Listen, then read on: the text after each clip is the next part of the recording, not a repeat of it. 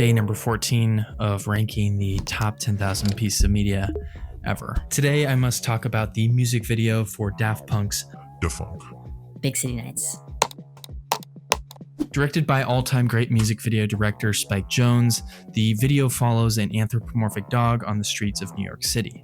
With a boombox blasting the song, and in a leg cast with a crutch, he tries to take a public survey and is denied, buys a paperback copy of the book Big City Nights, and runs into his childhood neighbor, eventually agreeing to have dinner together until he is unable to get on the bus due to its no radio policy.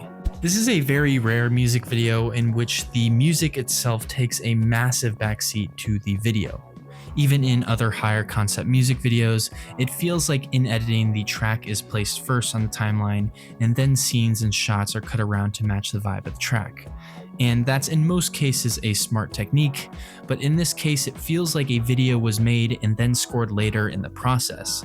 Because of this, it feels more like an elevated short film than a music video, very rich in the kind of visual language you're used to seeing in film, rather than just serving as a visualizer for the song. That's what makes it so memorable and even a little nostalgic to watch, despite being literally before my time. Whenever I hear the track, I feel like I'm on the streets of New York City, and when I'm walking the streets of a big city, and obviously New York, I can hear the track. What does the video itself mean?